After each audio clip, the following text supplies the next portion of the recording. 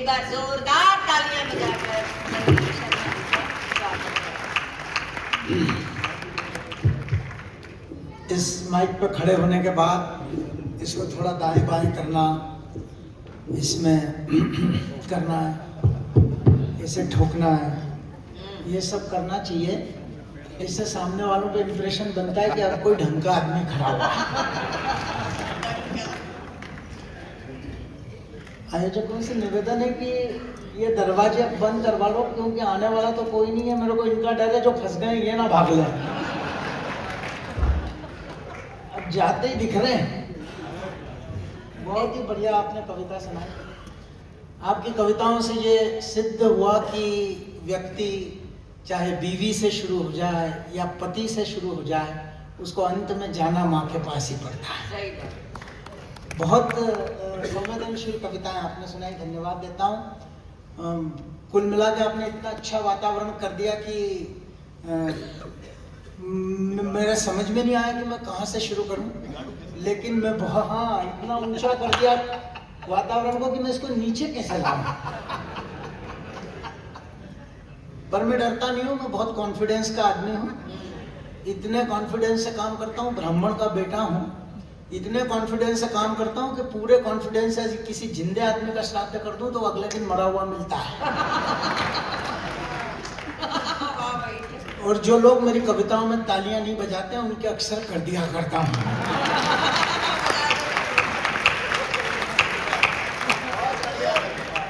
इस बहाने ये पता चल गया लोकेश कि यहाँ डरपोक कितने फंसे हुए हैं। मस्ती के मूड में रहो, टेंशन वेंशन लेने की जरूरत नहीं है। आदमी को अक्ल हो नहीं हो, कॉन्फिडेंस फुल होना चाहिए। ब्राह्मण का बेटा हूँ, इतने मैं बताया ना आपको, वो मेरी नौकरी लग गई मुर्गी खाने में। अब खुल जाना थोड़ी देर के लिए, बहुत कम समय के लिए हूँ। समय की मर्यादा है, मुझे पता है। समय इतना कम है कि ये कहने के लिए भी समय नहीं है कि समय कम है। वो मुर्गी खाने में नौकरी लग गई, मुर्गियों ने अंडे देना बंद कर दिया। वो बुलाया, मालिक ने बोले संदीप तुम्हारी नौकरी लगी, मुर्गियां अंडे नहीं दे रही। मैंने सब मुर्गियों की मीटिंग करी। मैंने कहा मीटिंग, कल से सब 2-2 अंडे देना, 2-2 अंडे। अगले दिन देखा हर मुर्गी के नीचे 2 अंडे, हर मुर्गी के नीचे 2 अंडे, एक के नीचे देखा 1। मैंने कहा क्यों रे मुर्गी, सबको कहा था 2-2 अंडे देना, तेरे नीचे 1 कैसे? बोले शर्मा जी आपके कहने से 1 भी दे दिया, वरना मैं तो मुर्गा हूँ।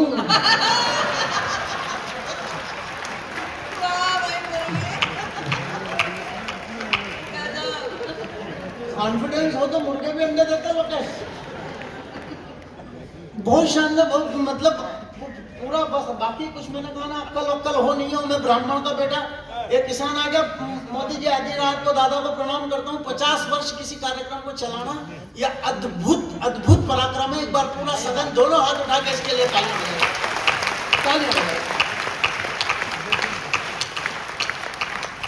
याद है।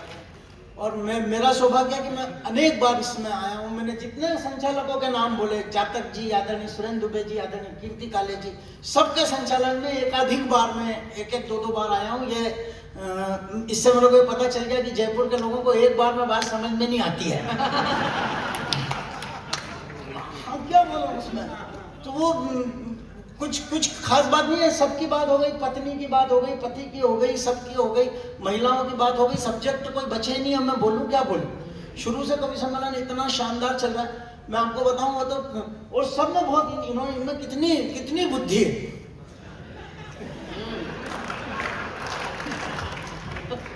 एक सरदार जी बैठे हुए, कविता जब खत्म हो जाए उसके 5 मिनट बाद तालियां बजा रहे। और मैं पूछा, मैंने कहा आप ऐसा क्यों करो 5 मिनट बाद? बोले तो सरदार का टशन है, तू तो मौज ले।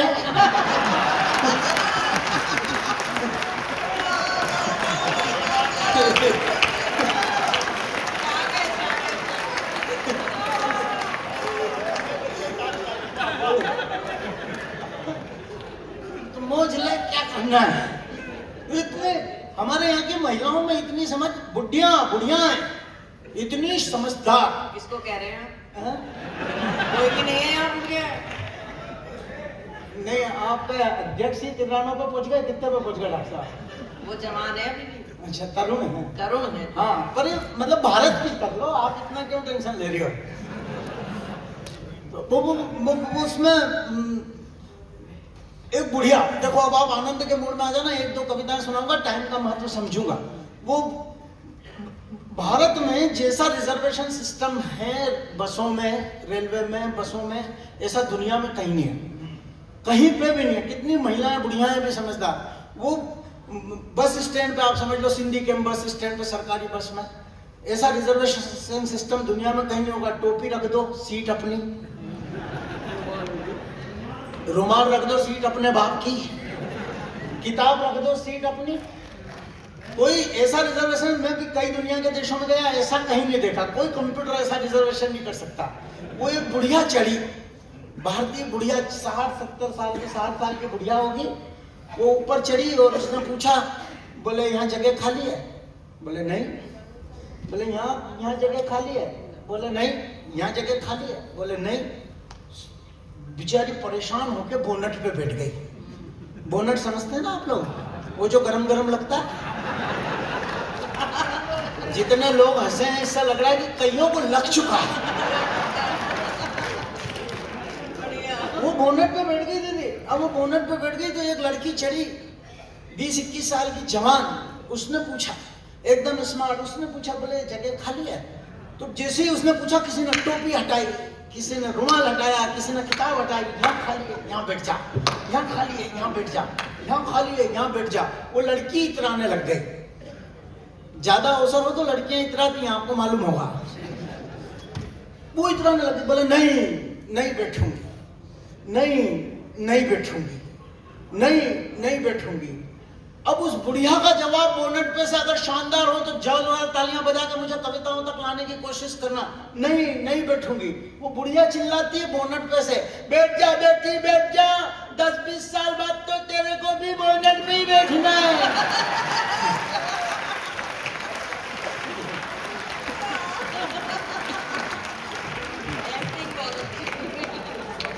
बुढ़िया भी अच्छी थी।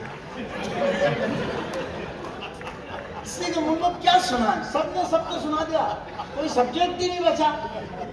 जवान से कवि सम्मेलन शुरू हुआ, डोकरे तक आ गया। हाँ, वो तो सरदार का टसना मजल है। कोई टेंशन की बात नहीं है। वो तो मैं वो नहीं हूँ, मैं लाल बत्ती पे भी नहीं रुकूंगा। वो मस्ती। अब वो मैं आपको बताऊं किसकी बात करें, क्या बात करें। पाकिस्तान ये मैं अब इंटरनेशनल विषयों पे सुनाता हूँ। ये लुगाई, बीवी, माँ, ये फला, ये मास्टर, ये ढिका, ये सब घरेलू काम हो गए। हाँ, ये सब घरेलू बातें हो गई। अब मैं आपको अंतरराष्ट्रीय विषयों पे कविता सुनाता हूँ। Global politics. ऐसा नहीं है, अब यह हास्य का कोई सम्मेलन है, पर ऐसा नहीं है कि वीर रस की बात हास्य में नहीं हो सकती, हो सकती है। इन्होंने कहा कि मोदी जी ने वो रात को 8 बजे आकर कह सकते हैं कि ये पत्नी इतनी देर के बाद लीगल टेंडर नहीं रहेगी। मैं विश्वास कर सकता हूं दोस्तों, मैं जब से विश्वाम्बर जी मोदी से मिला हूं, मेरा दृढ़ विश्वास है कि मोदी कुछ भी कर सकते हैं। हो गया। अब उसमें क्या, देखो कैसे हास्य में पाकिस्तान कैसे निपटता। महामूर्ख सम्मेलन में वीर रस की बात, वीर रस में पाकिस्तान निपटता दादा। वो भारत और पाकिस्तान, फिर शानदार बात सुन लो बस है। भारत और पाकिस्तान की ठीक सीमा पे मुर्गी ने अंडा दे दिया, ठीक सीमा पे अंडा। पाकिस्तानी सैनिक बोले अंडा हमारा, भारतीय सैनिक बोले अंडा हमारा। दोनों के बीच में झगड़ा हुआ। भारतीय ने दिमाग लगाया, भारतीय दिमाग लगाते हैं, भारतीय ने दिमाग लगाया, बोले चल एक काम करते हैं, कंपटीशन करते हैं। 1 मिनट में झापट मारेंगे, जो 1 मिनट में ज्यादा झापट मारेगा अंडा उसका। ने कहा ठीक। पाकिस्तानी ने दिमाग लगाया, बोले पहले इसको मारने देते हैं यार, ये जितने मारेगा उससे एक ज्यादा ठोक देंगे अंडा अपना। उसने भारतीय को कहा पहले आप मारो। भारतीय ने देना शुरू कर, देख कान के नीचे देखा। आप ऐसे क्यों कर रहे हो, आपको थोड़ी ठोक रहा हूं। तार 50 झापट ठोक दिया भारतीय ने। वो खड़ा हो गया। पाकिस्तानी बोले अब मेरी बारी। 1 मिनट में 50 ठोक दिया। भारतीय बोले अब मेरी बारी। तो भारतीय का दिमाग और जोरदार तालियां, अब मेरी बारी। अरे बोला बारी काहे की, अंडा ले जा।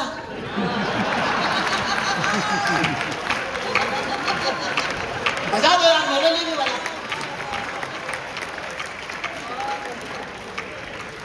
इन सबके कंठों में सरस्वती विराजमान है, मेरे कंठ में भेरू जी है। मस्ती लो, आनंद लो।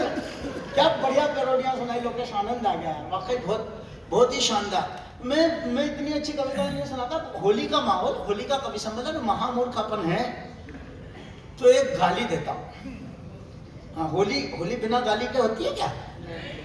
और होली में गाली लीगल है? नहीं है बारिक साहब, राधे राधे, वो लीगल है।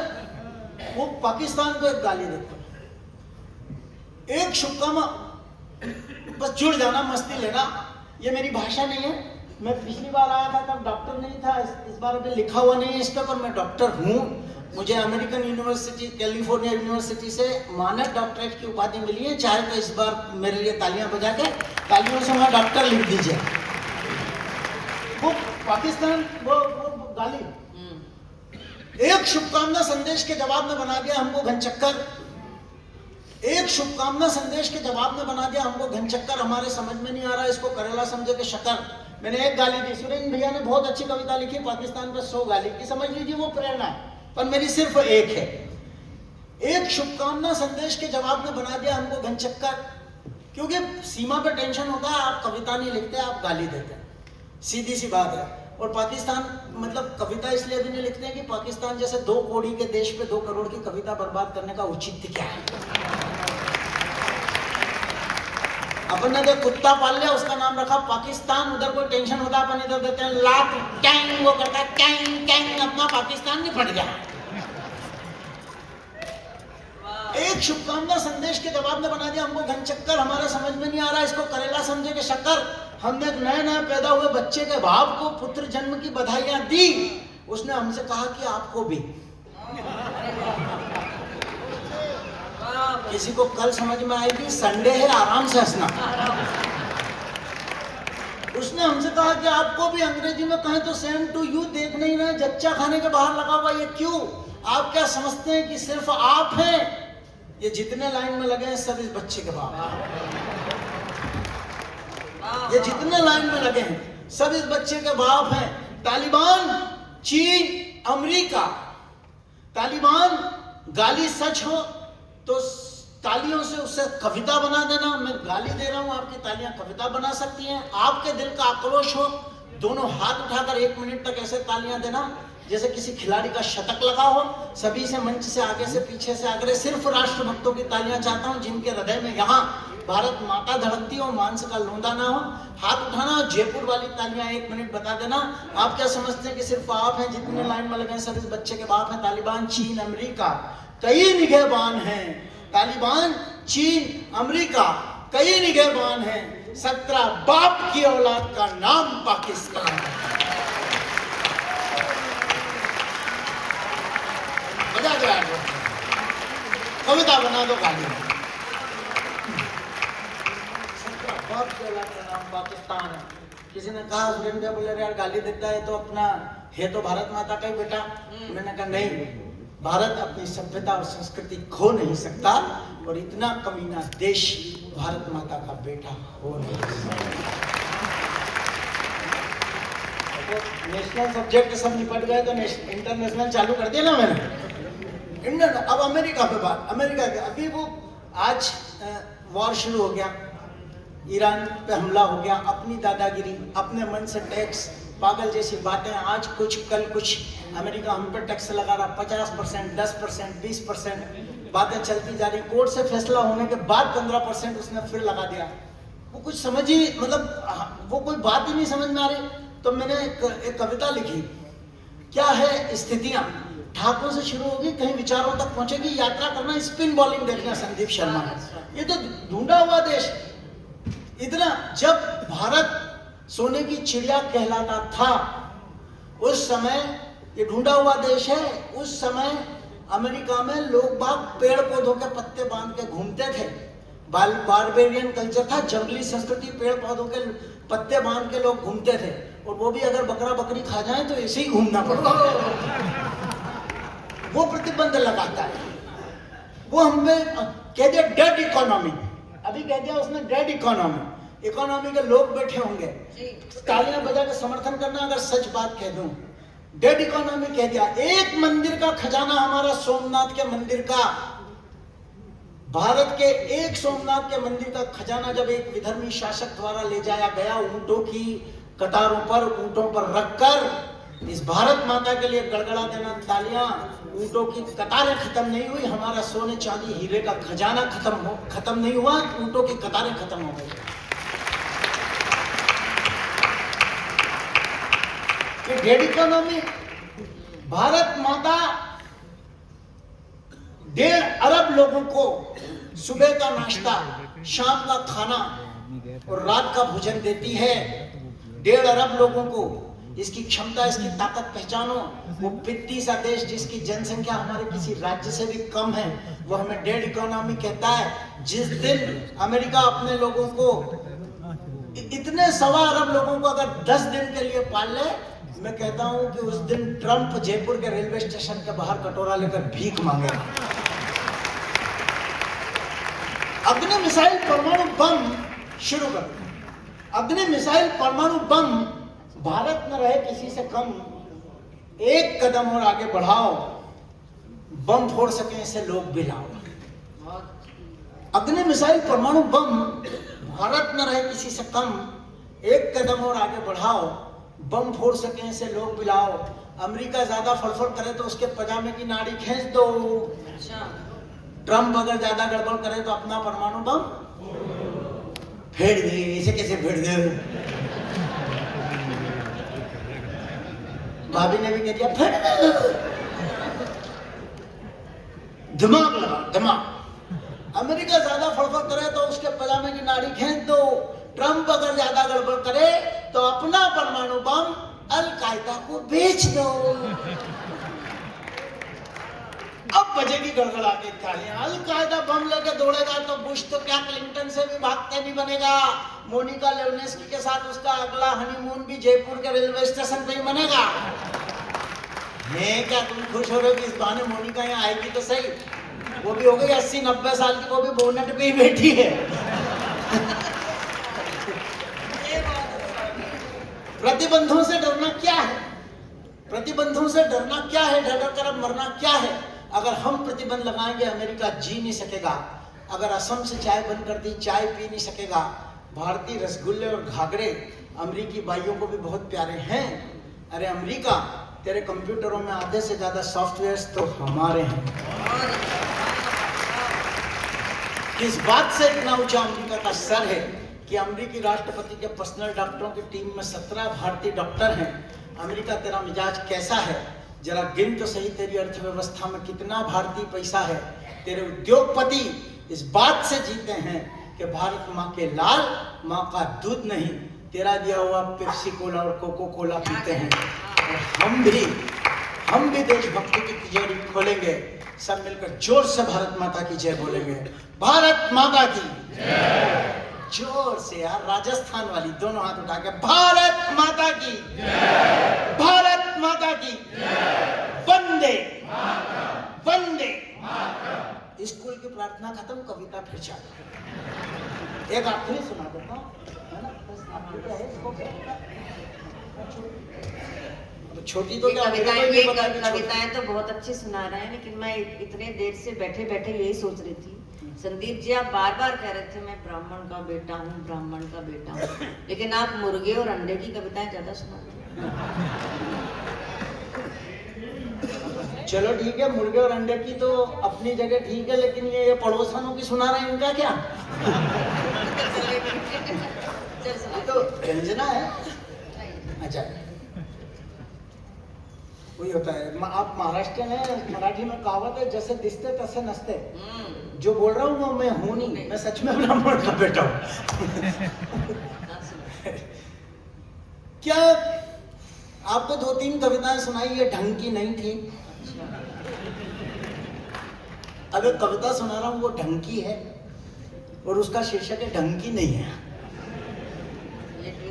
क्या ढंग का है, क्या ढंग का नहीं है? कई शुद्ध कविताएं सुना, आज कुछ और कविताएं भी सुनाने का मन था, पर सबकी मर्यादा, सबका ध्यान, बड़े बड़े लोगों तक हम पहुंचेंगे। आइए, एक प्रसिद्ध कविता है मेरी, वो सुना देता हूँ। ढंग की नहीं है। आप कुछ हाँ? बहुत अच्छा शीर्षक है, एक बार तालियां बजा दीजिए। सरपंच बन गया। आजादी के 50